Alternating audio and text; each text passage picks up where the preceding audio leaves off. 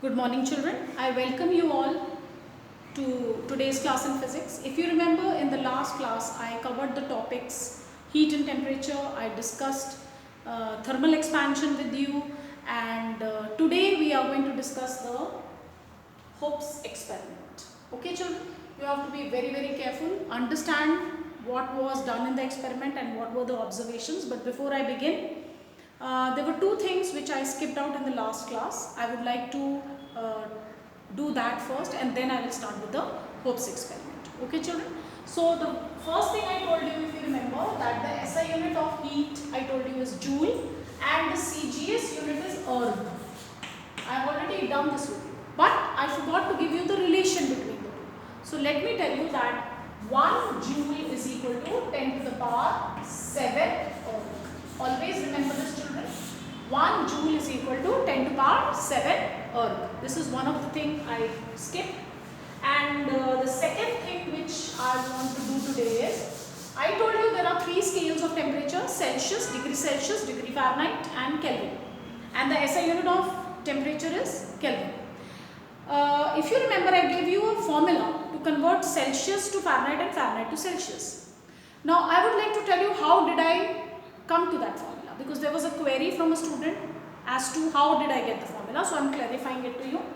See children, Celsius scale has 100 divisions, so I write C over 100, and Fahrenheit scale has 180 divisions. Now do you notice why I have written F minus 32?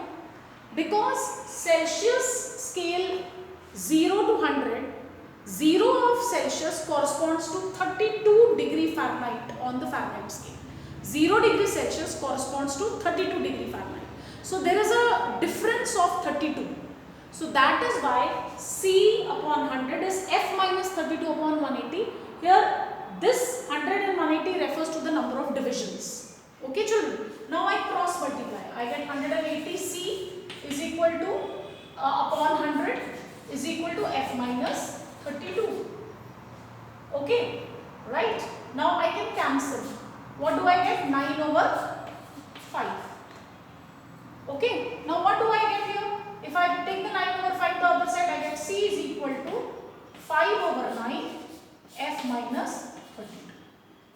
F minus 32. So this is the formula which is used for the conversion of Celsius to Fahrenheit and Fahrenheit to Celsius. Just have a careful look how I have derived it. 100 divisions on Celsius, 180 divisions on Fahrenheit, cross multiplied, cancelled, and I come to this conclusion.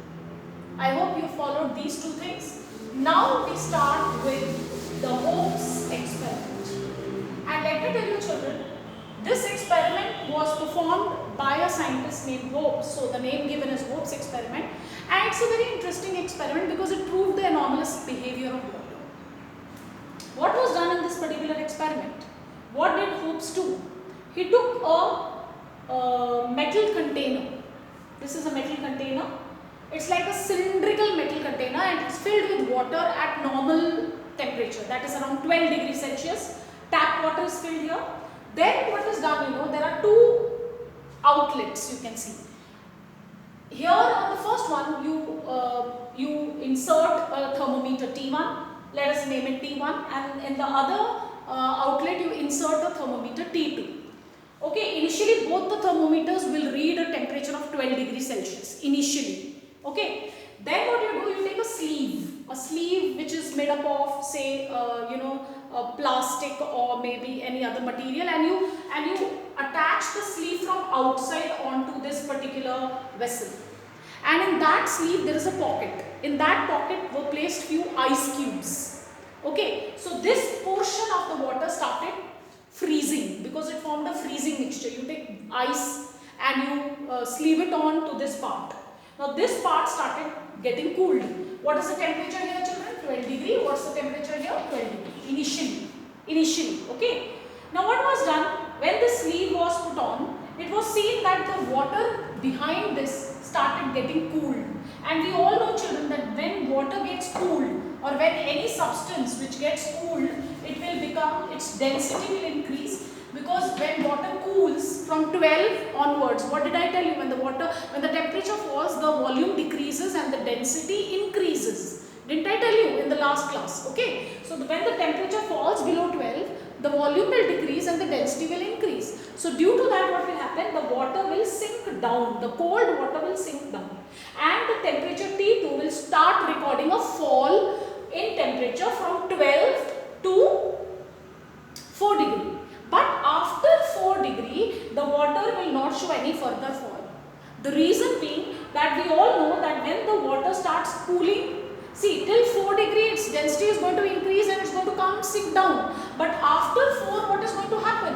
When it gets cooled from 4 to 0, the volume is going to show expansion, anomalous expansion.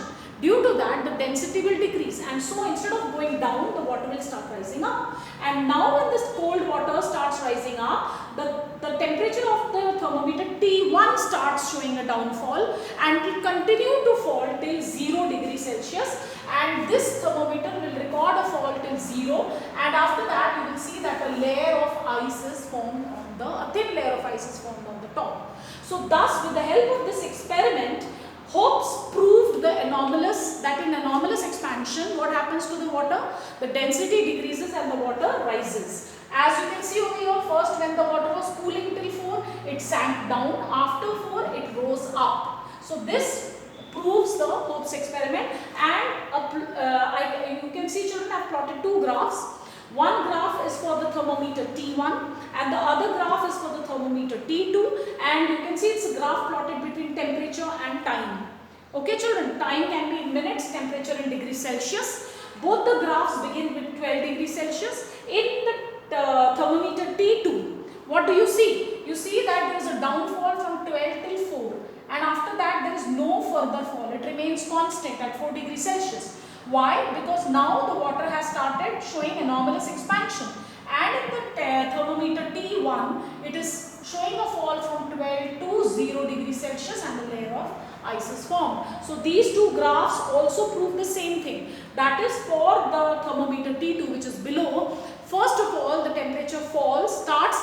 In which thermometer does the temperature fall start falling before? In T2. Why? Because the cold water sinks down. So there is a fall in temperature thermometer T2 first, but only till 4 degrees Celsius. After that, there is anomalous expansion. So the water rises up, and you will see a downfall in thermometer T1 till 0 degree Celsius. Okay, children. So I want you to have a look at the two graphs and at the setup of the Hopes experiment, and please go through all the points on the Hopes experiment from your book, and then you can ask if you have any doubts. I hope you have understood the Hopes experiment properly, and you know this. There are a few reasoning questions to be discussed after this. Like when you go to hill stations, there normally you see that the temperature in winters dips below 2 degrees, or maybe it falls like till 0 degree, or even it goes in minus. In that case, the water pipes, they happen to burst.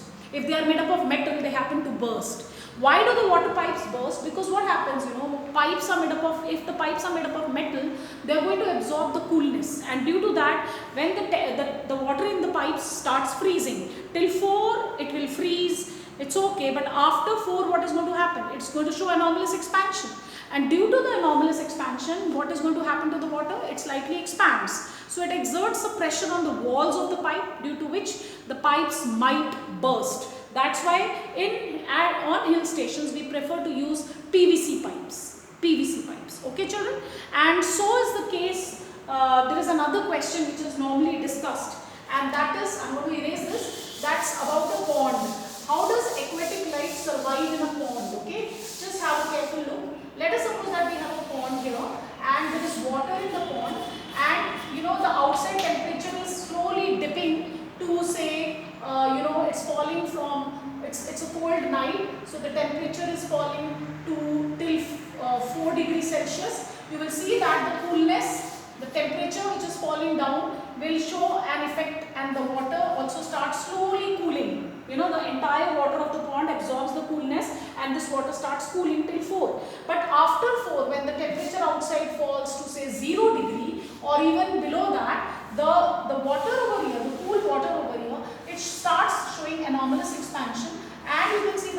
starts rising up. That is when it starts cooling to 3, 2, 1, it will rise up. Why? Because it will show anomalous expansion, due to which the cooler layers of the water are above. That is, the water on the upper layers will show a temperature of around 3 degree, 1 degree and even 0 degree. Okay, but here in this layer below, the lower layers will show a temperature of 4 degree, because after this the cooler water will rise up due to anomalous expansion.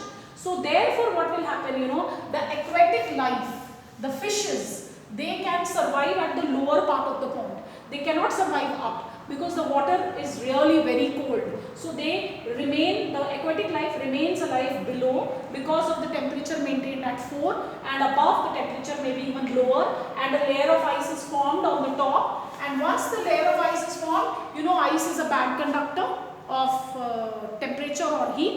So therefore, even if the temperature outside goes to minus 20 or minus 10, whatever the temperature may be, it is not going to affect the water down, because ice does not allow the coolness to enter in. So these questions have also to be drilled by you.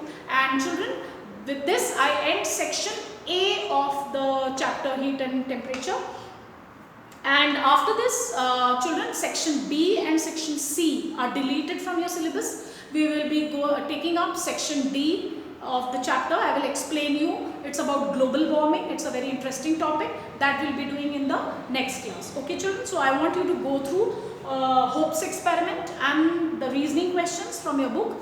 And please read the observations and the conclusion of the Hope's experiment, and also have a careful look at the graphs. Okay, they are very important from examination point of view, and come out with your doubts. Okay, children. Thank you very much.